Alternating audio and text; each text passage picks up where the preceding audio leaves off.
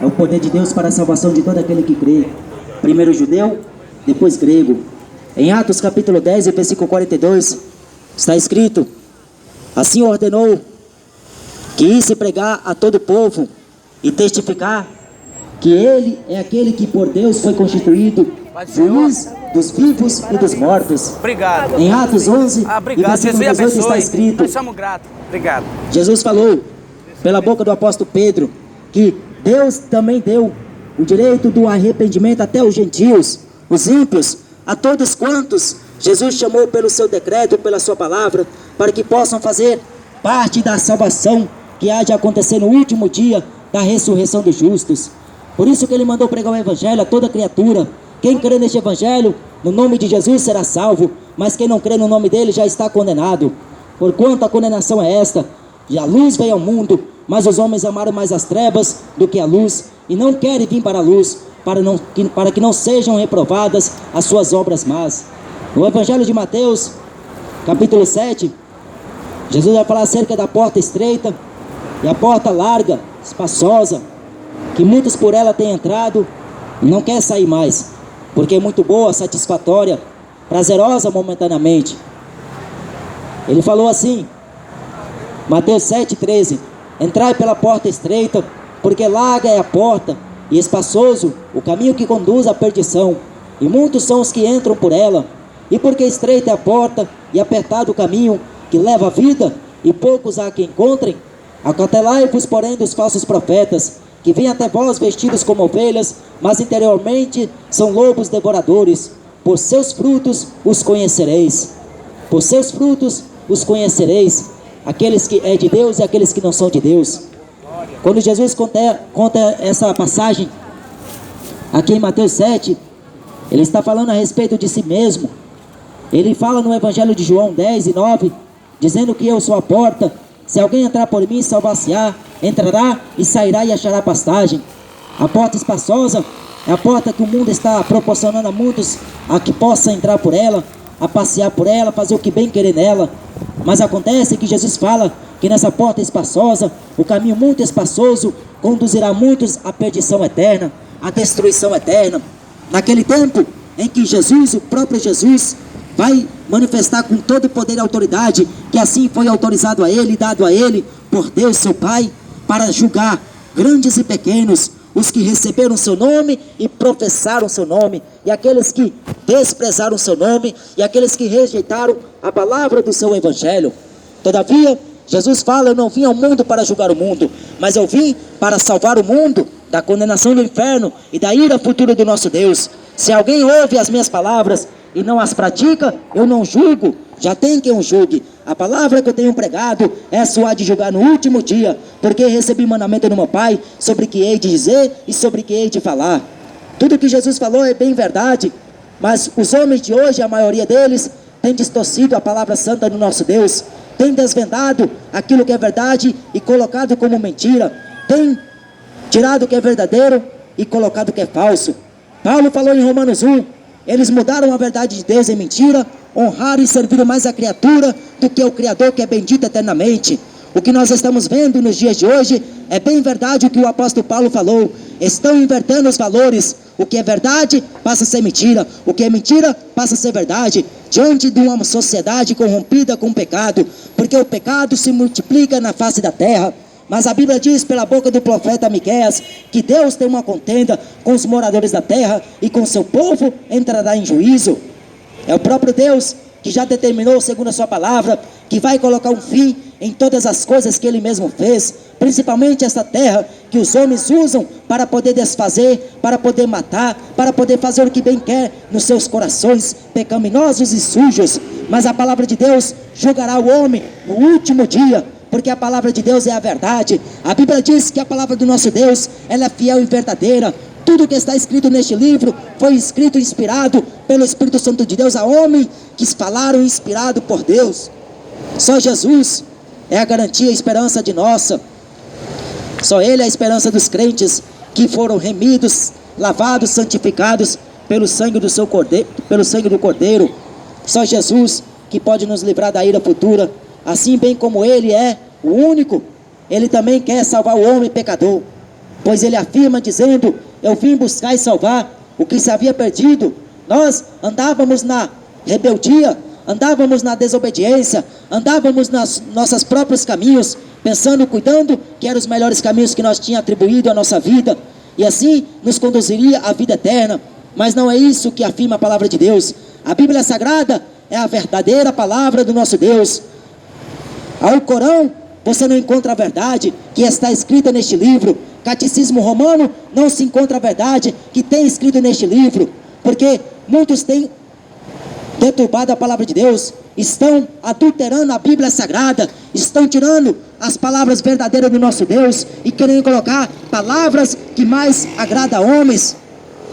Quando Jesus fala no Evangelho de Mateus dizendo: eu vim buscar e salvar o que se havia perdido, e ele fala também: eu vim para os pecadores, chamar os pecadores para o arrependimento. Mas em muitas Bíblias que você compra, até a palavra arrependimento eles lançaram fora da palavra de Deus, dizendo que só Jesus veio chamar o pecador. E o arrependimento aonde fica? A Bíblia diz que sem arrependimento não há remissão de pecados. Como é que um ser humano vai receber o perdão de Deus através do sangue de Jesus Cristo, seu Filho, se ele não confessar as suas transgressões, os seus pecados, os seus caminhos maus? Todavia, Deus sempre alerta antes que aconteça, como foi no tempo de Noé, como foi no tempo de Ló. Deus sempre, por intermédio dos seus servos, dos seus profetas, ele testificou, anunciando através dos seus servos, em testemunho a todas as gentes, a todas as nações, que conheçam a Deus, por único Deus verdadeiro, e a Jesus Cristo a quem ele enviou. Mas aqueles homens desprezaram os profetas de Deus, mataram os profetas, mataram aqueles a quem Jesus enviou, os seus servos, os apóstolos, mataram o próprio Filho, Jesus Cristo. Quando ele conta na parábola: este mundo odeia o Jesus das Escrituras Sagradas. Quando você fala a verdade para uma pessoa, ela não aceita mais a verdade, porque se tornou soberba, e a soberba endurece o coração do homem, a ponto de não mais dar ouvido àquilo que é como correção para ele, para que ele não venha se afundar mais naquilo que para ele é bom, satisfatório, que é o pecado. O pecado faz separação entre o homem e Deus, mas todos olham para si mesmo, ou quando olham no espelho e vê que é uma pessoa boa, uma pessoa que não faz mal, não mata, não rouba, não furta, não adultera. Mas Jesus falou assim: se você somente desejar a morte do seu irmão, você já é um homicida. E a Bíblia diz que os homicidas não herdarão o reino dos céus. Então a criatura, ela tem que converter aos caminhos santos de nosso Deus. Nós, igreja nenhuma, tem o poder de converter um homem pecador num homem santificados nas mãos de Deus. Nós, igreja nenhuma, tem o poder de colocar no seu coração o desejo de buscar ao Senhor. Mas o profeta Jeremias falou no capítulo 28, versículo 13, dizendo: buscar-me-eis e me achareis, quando me buscar de todo o vosso coração. No versículo 13 e no capítulo 13, versículo 13, ele fala, capítulo 23, 13, ele diz: clama a mim e responder-te-ei, anunciar-te-ei coisas grandes e firmes que tu não sabes. Jesus, ele dá tempo para todos nós, como deu para nós. Nós não somos melhores do que ninguém, nós não somos melhores do que vocês, somos homens pecadores, todos que habitam aqui na terra. O mais bom que seja, por mais agradável que seja, é pecador. E pecado coloca o homem longe de Deus, aparta o homem totalmente da plenitude e glória de Deus. Mas se o homem reconhecer, como Davi reconheceu, quando ele adulterou com Betseba, e ele disse: não aparta de mim, ó Senhor, o teu Santo Espírito, e desejou com humilhação e lágrimas, e confessou seu pecado, confessou sua transgressão. Por isso que a Bíblia considera Davi o homem segundo o coração de Deus, porque ele foi reconhecedor do pecado que ele causou, quando ele mandou matar Urias, o esposo daquela mulher, que ele mais tarde iria transformar como sua esposa. Mas Deus estava lá no céu vendo tudo, como hoje está vendo. No dia chamado hoje, ele está olhando com seus olhos como chama de fogo, e ele tem todo o poder nas suas mãos e no seu trono, e nada está passando desapercebido diante dele. Tudo que os homens plantam, falou Paulo aos Gálatas, ele ceifará. O homem planta maldade, colhe maldade, mata aqui, mas lá ele morre, porque a espada aquele que mata a espada, Jesus falou, a espada morrerá. Mas quando ele propôs ao homem e ofereceu o caminho da vida eterna, muitos questionou Jesus, principalmente os fariseus, principalmente os saduceus, os religiosos, principalmente os religiosos, foram os principais causadores da morte de nosso Senhor Jesus Cristo. Mas eles pensaram consigo que matando Jesus acabaria aquela doutrina que ele impôs sobre os homens. Mal eles sabiam, ou até melhor, sabiam segundo a lei de Moisés, mas não queriam praticar o que estava escrito à risca na lei de Moisés. Paulo falou, se o homem tropeçar em um só lei, em um só mandamento desta lei, ele já tropeçou em toda a lei. O homem que quer viver segundo a lei e ser justificado por ela, ele da graça tem caído. Paulo fala isso aos Gálatas.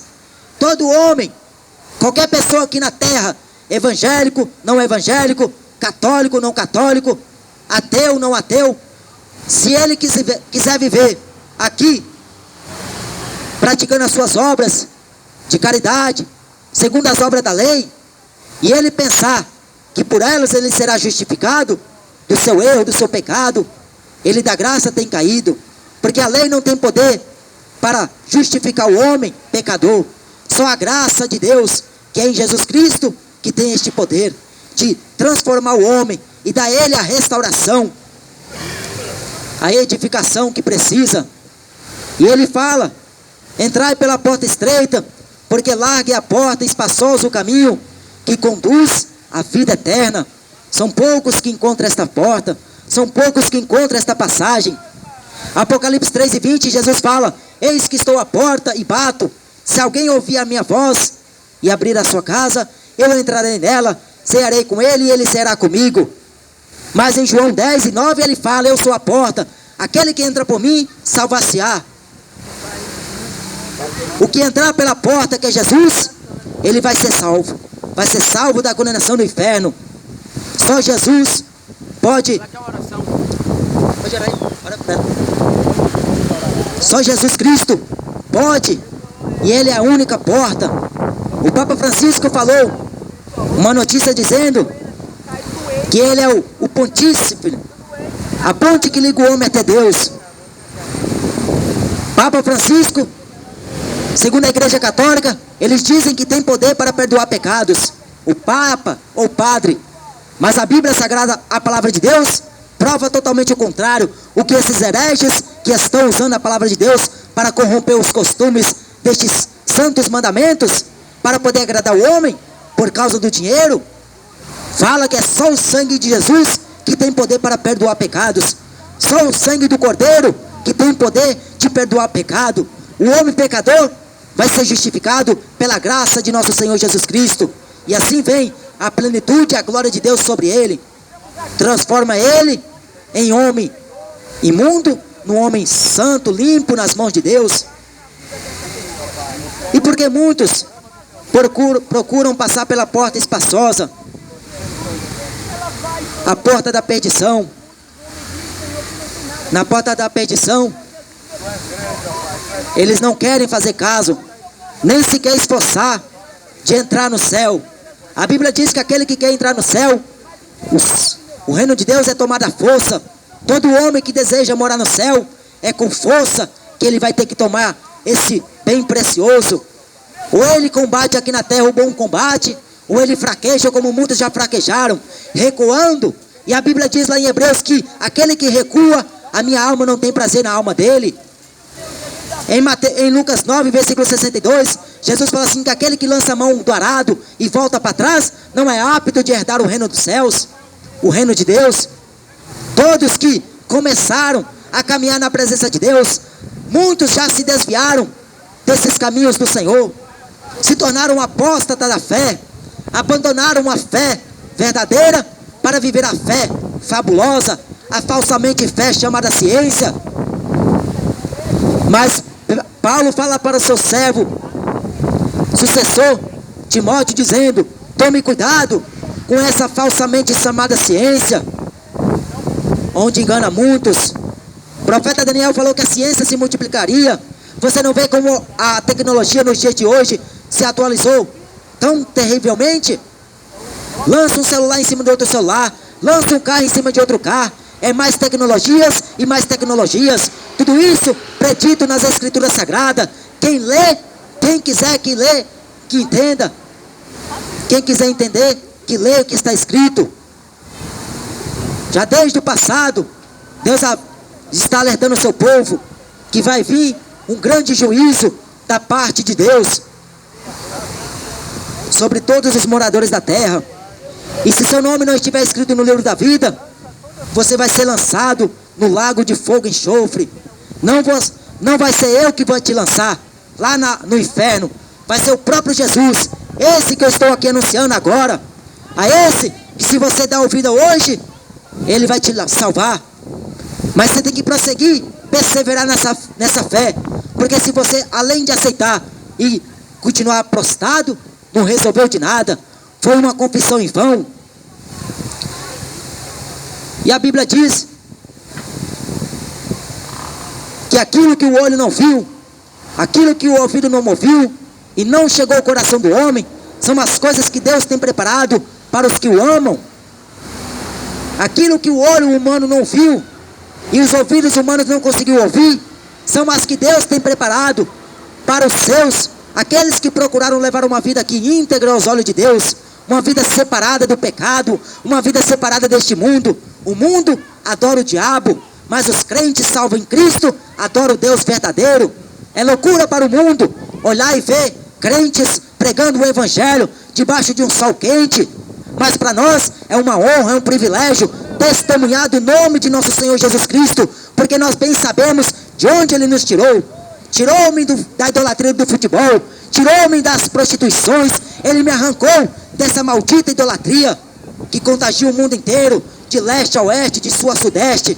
O futebol é causa de grande lucro, e muitos vão atrás desses ídolos de futebol para se parecer com eles, andar como eles, desejo que eles têm. Não cobiçais as coisas do seu próximo, é uma das leis que estava escrita na lei de Moisés, um dos 10 mandamentos. E eu vivia para cima e para baixo, correndo atrás de bola. Hoje eu corro atrás de Jesus cada dia mais, porque eu sei que valerá a pena. Vale a pena nesta vida renunciar tudo, renunciar até a própria família, renunciar tudo por amor ao nome de Jesus. Porque lá no céu a minha recompensa não vai ser Papa Francisco que vai me entregar, a minha recompensa não é Silas Malafares que vai me entregar, mas vai ser o próprio Jesus que em vida me propôs este privilégio, esta bênção de Deus. Está ordenado a cada homem que vive aqui na terra morrer uma só vez, depois segue-se o juízo final. O juízo de Deus começa para aqueles que já morrem. Morreu hoje sem Jesus, condenação do inferno. Morreu com Jesus, é para a glória de Deus. Preciosa é a vista do Senhor a morte dos seus santos. Salmo 116 e versículo 15. Preciosa é a vista do Senhor a morte dos seus santos. O Espírito de Deus, Ele conhece o que o homem faz. Eu não conheço o que você faz, não sei o que você pratica, o que é costume do seu dia a dia, mas o Deus que eu sirvo, o Senhor Jeová, Ele conhece os mais ocultos e mais profundos que o homem está escondendo. Jesus disse assim: nada que está em oculto permanecerá oculto, será manifestado a todos os homens. Você não consegue ver os escândalos no meio evangélico acontecer nos dias de hoje? Os escândalos pelo mundo afora, morte mais morte, tragédia mais tragédia, pai matando filho, filho matando pai, as tragédias acontecerem, mas as pessoas não conseguem ver esses sinais, porque estão cegas. Mas são só os princípios das dores. Jesus falou: eu não vim trazer a paz, eu vim trazer uma espada, colocar a nora contra a sogra, o filho contra o pai. Isso que nós estamos vendo hoje. Mata o filho mata o pai mata o filho, tudo por causa da ganância, do dinheiro, da avareza, para ficar com a herança. Mata o esposo para ficar com o amante.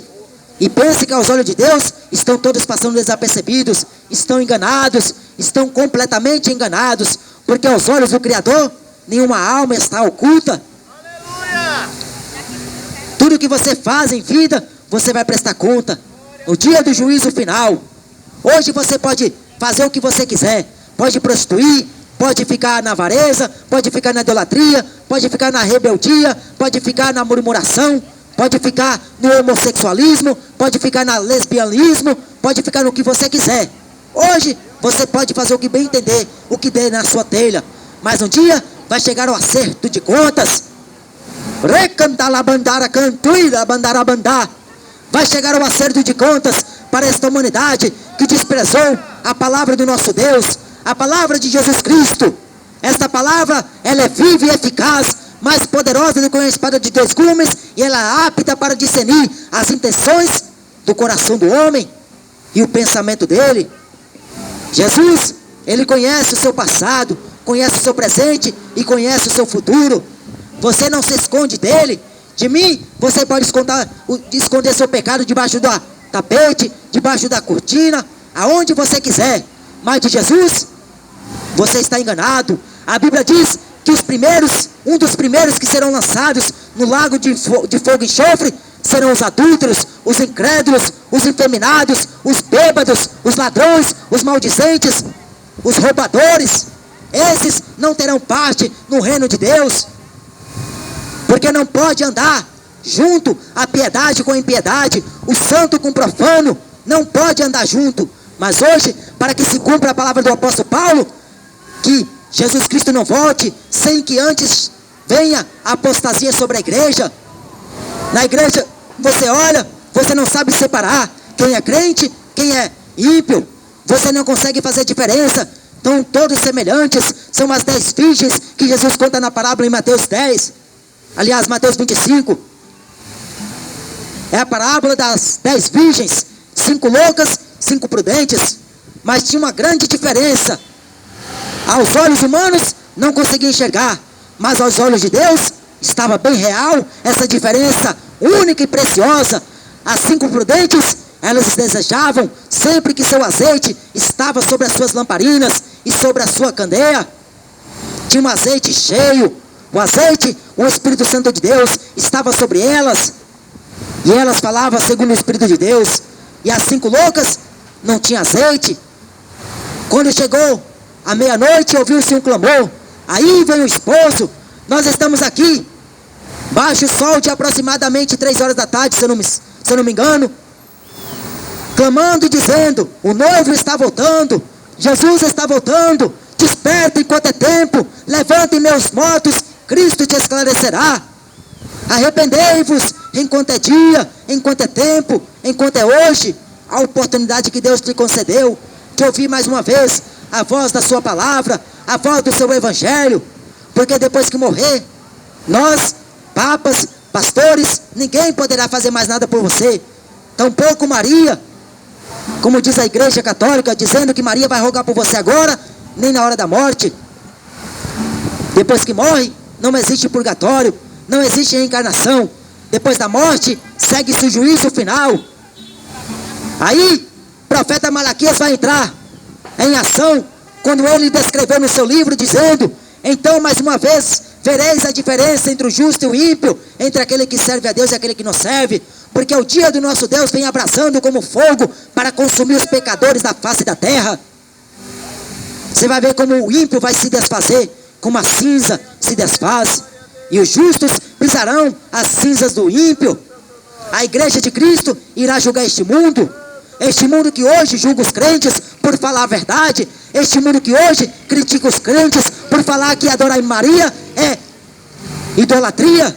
Mas para nós é a verdade de Deus escrita neste livro, que os padres não têm coragem de falar para você, porque se eles falarem, a igreja vai esvaziar, vai parar de vender estátua, vai parar de vender crucifixo, vai parar de vender fitinha, vai parar de vender água benta, vai parar de vender tudo que dá lucro à igreja. A verdade que está escrita neste livro, eles não ensinam, porque não pertence a esta verdade.